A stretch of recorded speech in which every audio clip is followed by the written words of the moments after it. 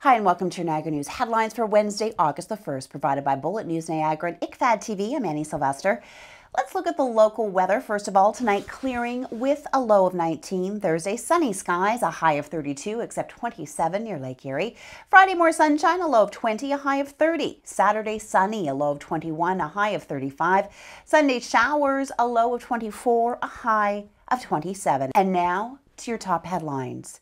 Public health officials won't comment on reports a person was recently treated in hospital for an E. coli infection after swimming at a Lake Erie beach. Dr. Jessica Hopkins, Associate Medical Officer of Health, said privacy rules prevent the agency from speaking about specific cases reported to public health. The public health regularly tests water quality at local beaches popular with swimmers during the summer months. When bacteria levels in the water exceed certain levels, the beach is posted as unsafe for swimming.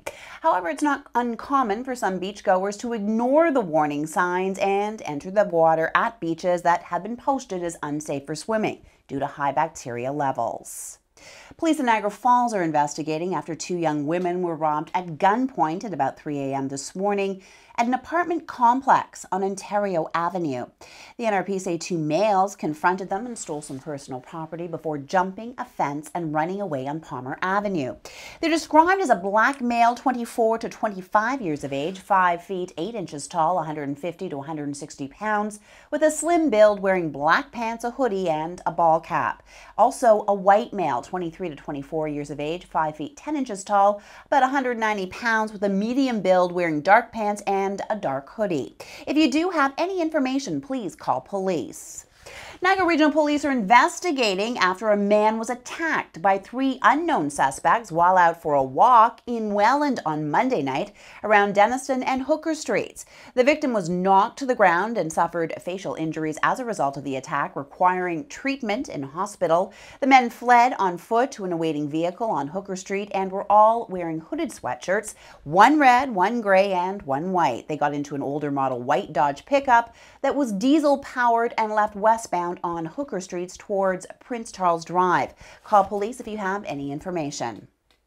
Police say they believe they have found the handgun used in a shooting in downtown Niagara Falls on Monday that sent an 18-year-old to hospital. The recovery comes as police continue to search for Jordan Knott, the 23-year-old suspect in the shooting. Police on Tuesday searched a home at 4707 Simcoe Street where an associate of the suspect lives. The search turned up the handgun that police believe is related to the shooting. Knott is described as male, black, 5'11" and 144 pounds. He's currently being sought on a charge of attempted murder. A fire last week at a home in St. Catharines at 32 Harcove Street has been deemed arson, according to investigators. Emergency crews were called to the home in response to a report of a fire in an attached garage and breezeway. The occupants of the home were evacuated without injury, and the blaze was extinguished. Damage is estimated at $25,000.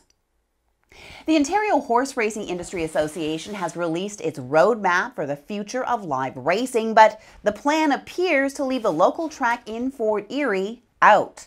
With the closure of the slots facility and exclusion from Ontario's new gaming zones, the OHRIA said they had to assume that the government would only support one thoroughbred racetrack. Fort Erie Live Racing Consortium's general manager, Jim Tebert, says they're not surprised, but they're very disappointed, and in light of the plan, he said that he and the Fort Erie Live Racing Consortium are now developing their own plan for the future, which does include the local track as a viable place for live racing. Via Rail has drastically reduced service to the Niagara region as part of a restructuring of their rail service across the country, and as part of this move, daily service at Grimsby is ending. In a press release, they say they're working with other service providers like Go Transit and AMT to create seamless intermodal connections.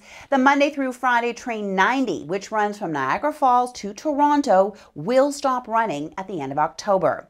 Trains 92 and 95, which provided weekend service to and from Toronto and Niagara Falls, stopped running as of July 31st.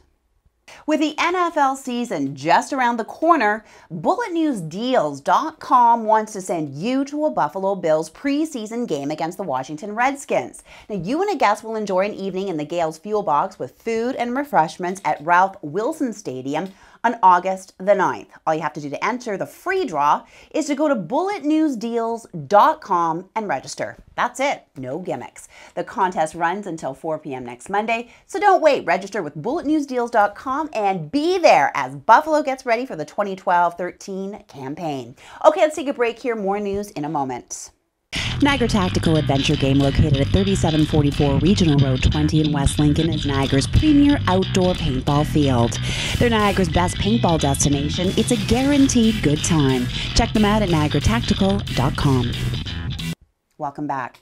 And now for a preview of this week's Stormwatch with John Storm. This week he speaks with Susan Moran, the Manager of Community Economic Development for Venture Niagara, and talks about tourism. Let's take a look. Things that we bring to the table are the inclusion of promoting Niagara in French, which we are the leaders in doing that. We've been doing that for 10 or so years and very proud of that. Also sports tourism, and very funny, when we started in sports tourism. There are people in this community who are still out of work. In your broad experience with the economy and jobs and all that, can you just give some basic advice to those individuals? I think of it a lot because I'd hate to lose my job and be in that position. I think don't underestimate the power of your network. I'm a very big networker, and anyone who sees this will say, yes, that's true. They laugh. I have business cards in my golf bag, and don't underestimate the power of your own people, your own resources. Keep following up. Be professional. It's a job to find a job. So it's an 8 hours a day investment in your future. We all have great skills. Identify those. There are a lot of wonderful employment help centers. There are a lot of tools out there. So find those first. But don't underestimate your cousin, your uncle, your brother-in-law's cousin's uncle. There are some great people out there that believe in you, and you don't realize. People want to get in touch with you. How do they do that? My phone number is 905-680-8085. Website is ventureniagara.com. And that wraps up the news for today. From everyone here at Bullet News Niagara and ICFAD TV, I'm Annie Sylvester. Good night.